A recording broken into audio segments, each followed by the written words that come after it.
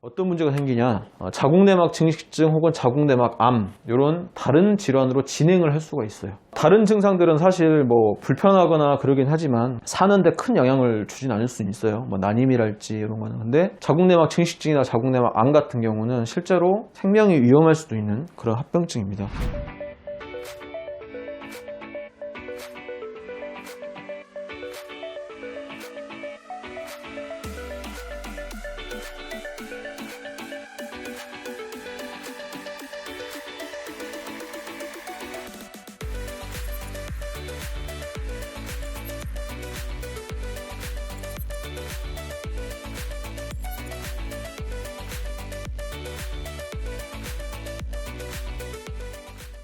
안녕하세요. 이음여성 한의원 대표원장 김우성이라고 합니다. 이 이음여성 한의원은 같은 공간에 이음 산부인과가 있고요. 환자분이 오셨을 때 필요한 검사나 치료를 양한방 가리지 않고 같이 받을 수 있도록 하고 있습니다. 저희 한의원은 13년째 여성들의 자궁 난소 질환을 전문적으로 진료하고 있는 한의원입니다. 오늘 세미나 주제는 다낭성 난소 증후군이라고 하는 질환인데요. 출산율이 많이 떨어져서 국가적으로 걱정이 많은데요. 결혼을 기피해서 출산율이 떨어지는 것도 있지만 실제 결혼을 하고 임신을 하고 싶어도 임신이 잘 안 되는 난임도 많아요. 난임의 많은 원인 중에 하나가 바로 이 다낭성 난소 증후군이라고 하는 질환입니다. 실제적으로 전 가임기 여성의 약 5에서 10% 정도가 다낭성 난소 증후군을 앓고 있다고 합니다. 주위에서 흔한 질환이라고 보시면 돼요. 다낭성 난소 증후군을 한마디로 정의를 하면 배란장애 상태, 이렇게 이해를 하시면 돼요. 난소의 배란이 잘 안 된다는 게 무슨 뜻일까? 이렇게 이해하실 수가 있는데 설명을 좀 드릴게요. 쉽게. 어떻게 난소가 배란이 장애가 생기는 줄 알려면 정상적인 생리나 배란 과정을 먼저 알아야 돼요. 여성의 난소예요, 난소. 자궁이 이렇게 있으면 여기가 자궁, 그리고 여기가 난소예요. 난소라는 것은 난자를 만들어내는 곳이죠. 난소에서는 매달 하나의 난소세포가 선택이 돼서 난포라는 걸로 자라나요. 난포라는 거는 난자를 싸고 있는 알이라고 보시면 돼요. 이 난포 안에는 이 난자가 들어있죠. 가운데 빨간 게 난자거든요. 이 난포가 점점 커져가요. 얘가 커져가면서 이 안에 있는 난자도 점점 커지고 성숙을 해지는 거죠. 이 기간을 난폭이라고 합니다. 난폭이. 난포가 1.5cm 이상으로 자라게 되면 이때 이제 배란이라는 게 일어나요. 배란이라는 거는 다 성숙한 난자가 껍질을 깨고 밖으로 튀어나오는 것을 배란이라고 합니다. 난포가 이렇게 자라기 전까지는 여기서 에스트로겐이라고 하는 호르몬이 분비가 돼요. 이 호르몬은 자궁 내막을 두껍게 만들어줘요. 왜 두껍게 만들어줄까요? 나중에 임신이 되면 잘 착상을 하려면 내막이 충분히 두꺼워져야겠죠. 이 기간에는 에스트로겐이 분비가 되고요. 이게 다 커져가지고 배란이 일어난 다음에는 난자는 정자를 만나기 위해서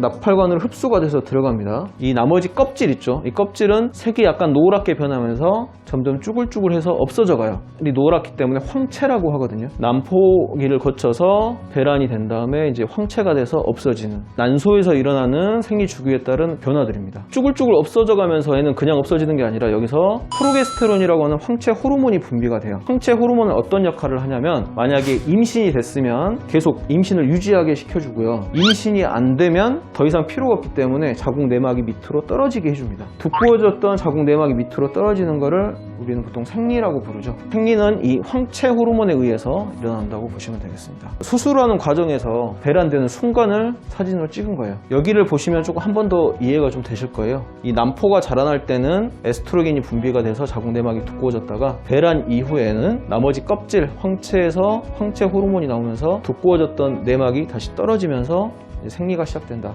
이렇게 이해를 하시면 될 것 같아요. 지금까지 설명드렸던 게 정상적인 생리 과정이고요. 다낭성 난소 증후군은 뭐가 문제인가? 다낭성 난소 증후군은요, 애가 이렇게 자라다 이쯤에서 멈춰버리는 거예요.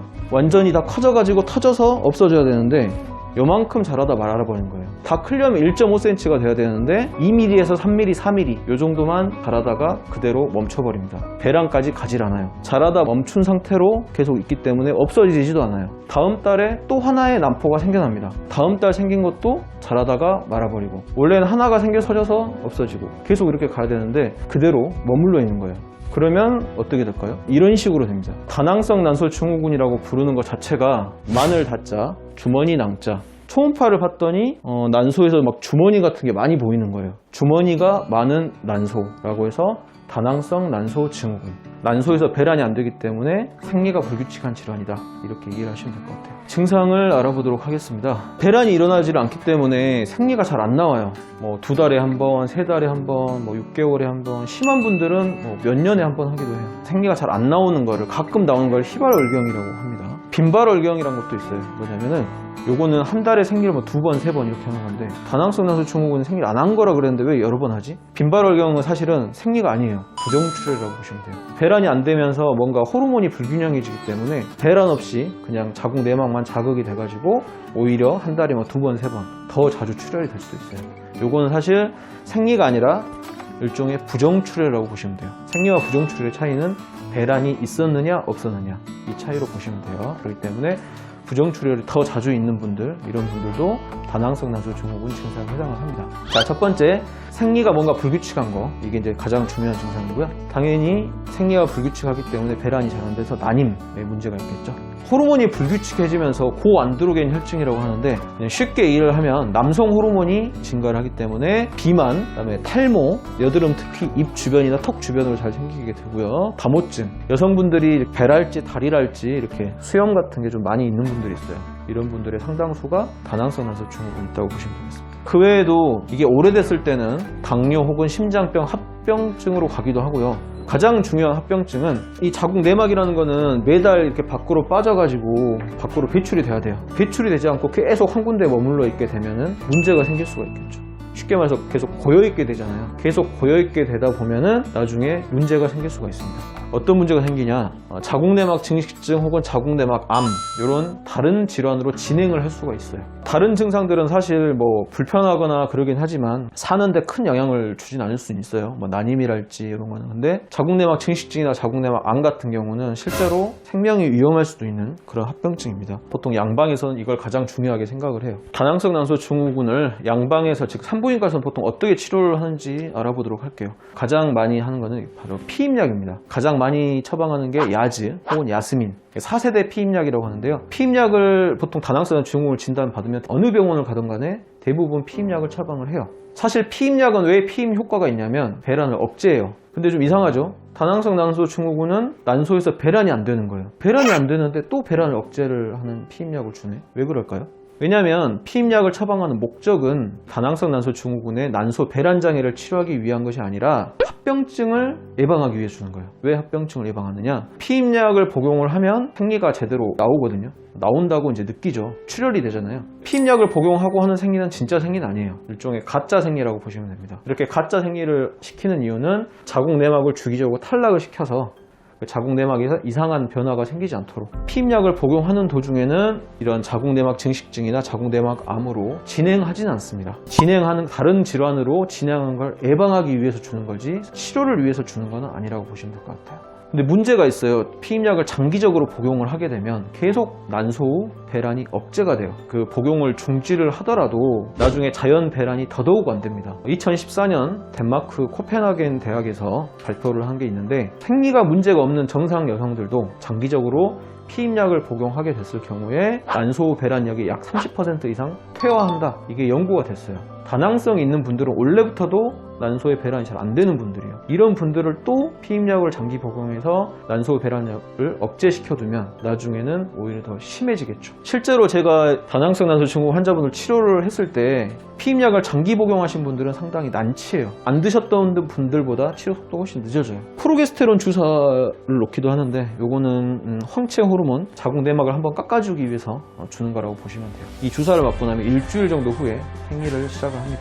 이것도 사실 생리는 아니에요. 메트포르민이라고 하는 당뇨약을 예전에 주기도 했는데요. 인슐린 수치가 높고 당뇨가 있는 분들한테 해당을 하는 거고요. 얼마 전에 바람 부작용이 있다고 알려져서 현재는 거의 안 하는 걸로 알고 있습니다. 양약 중에서도 실제로 배란을 시키는 약들이 있어요. 페마라나 클로미펜 이런 약들인데 요거를 먹으면 정말 배란을 하니까 치료가 되는 거 아니에요 이렇게 말할 수도 있지만 그러진 않습니다. 왜냐면은 배란이 되는 건 맞는데 부작용이 굉장히 커요. 실제로는 얘들은 시험관 나게 할 때랄지 인공생식수를 할 때만 잠깐 쓰는 거예요. 산부인과 교과서 책에도 일생 동안 6번 이상은 안 먹어야 한다 이렇게 돼 있어요. 치료제로 사용하기는 당연히 어렵겠죠. 그래서 종합을 해보면 양방에서는 다낭성 난소 증후군을 어떻게 보느냐, 임신 전까지는 호르몬제를 계속 써가지고 질환으로 진행한 것만 맞겠다. 임신할 때가 되면 보조 생식술로 그냥 임신을 해라. 시험관 아기 같은 걸로 이제 아기를 가져라. 이런 뜻이에요. 양방에서의 어떤 공식적인 치료 지침입니다. 피임약 자체가 문제도 있고 사실 임신도 쉽지가 않고요. 시험관 아기 성공률 30% 정도밖에 안 됩니다. 본질적인 난소 배란장애 치료할 수 있는 양방 치료 방법은 사실 없다고 봐도 무방합니다. 미국이나 유럽 등에서는 호르몬제가 아닌 생활습관 관리가 강조되고 있어요. 조금 다른 게 백인들한테 많은 질환인데 백인들 같은 경우는 비만과 굉장히 연관이 많이 되어 있습니다. 비만한 분들이 백인들 중에서는 다낭성이 많이 와요. 근데 실제로 이게 한국의 현실에선 잘 맞지 않아요. 일본이나 중국, 한국 이렇게 동아시아 여성들은 비만하지 않아도 다낭성이 있는 경우가 훨씬 더 많습니다. 다낭성 난소 증후 한방 치료는 좀 설명을 드릴게요. 기본적인 원리는 체질과 증상에 맞는 맞춤 한약을 복용하면서 난소가 정상적으로 자연 배란할 수 있도록 도와주는 거예요. 한약제 안에는 어떤 호르몬제가 들어가진 않습니다. 약을 복용하자마자 생리가 나오거나 그러진 않아요. 호르몬제 없이 난소가 자연스럽게 배란하도록 돕는 방식으로 치료하기 때문에 장기적인 복용에도 피임약과 같은 부작용이 없고 또 쉽게 재발하지도 않습니다. 만약에 치료가 충분히 잘 됐으면 그 이후로는 난소가 알아서 배란을 하기 때문에 재발하는 확률도 떨어지고요. 일반적으로 이제 치료를 시작하시게 되면 뭐 어떻게 진행이 되나요? 이렇게 궁금해 하시는 분들이 많기 때문에 그거에 대한 좀 설명을 드리자면은 말씀드렸던 것처럼 한약제 안에는 어떤 호르몬제가 들어있는 게 아니기 때문에 복용하자마자 뭐 생리를 시작하는 경우 드물고요. 모월경이나 희발월경의 경우는 치료를 시작해서 3에서 4개월 정도 지나서부터 첫 생리를 하는 경우가 많습니다. 어디까지나 평균이고요. 굉장히 훨씬 더 빠른 분도 있고 아니면 더 오래 걸리는 분도 있고 그렇습니다. 첫 생리가 나왔다고 해서 바로 다음 달에 생리가 또 나오는 건 아니에요. 이게 만약에 치료가 잘 돼서 진행이 되면 간격이 점점 줄어든다고 보시면 될 것 같습니다.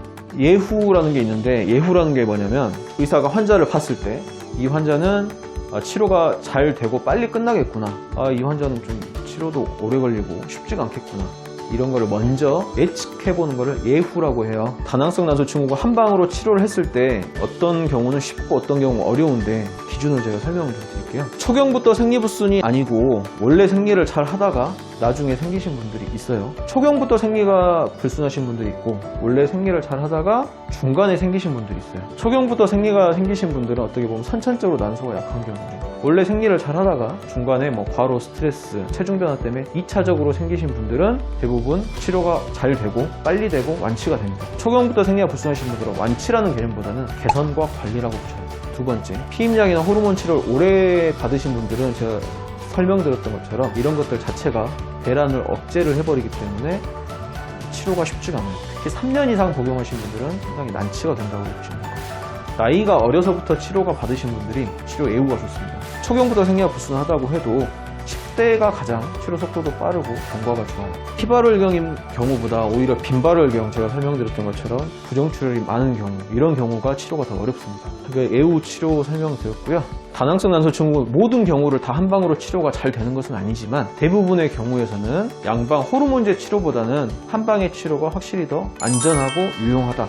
이렇게 자신있게 설명드릴 수가 있어요. 저희가 다낭성 난소 증후뿐만 아니라 여러 가지 다른 자궁 난소 질환을 치료를 하는데 다른 질환은 꼭 한방이 최고다 이런 건 아니에요. 다 어느 정도 우위가 있어요. 다낭성 난소 증후군 치료에 있어서만큼은 양방이 사실 어떻게 배란 장애를 치료할 방법이 없기 때문에 여기 있어서만큼은 한방이 더 우위를 가진다고 이해하시면 되겠습니다.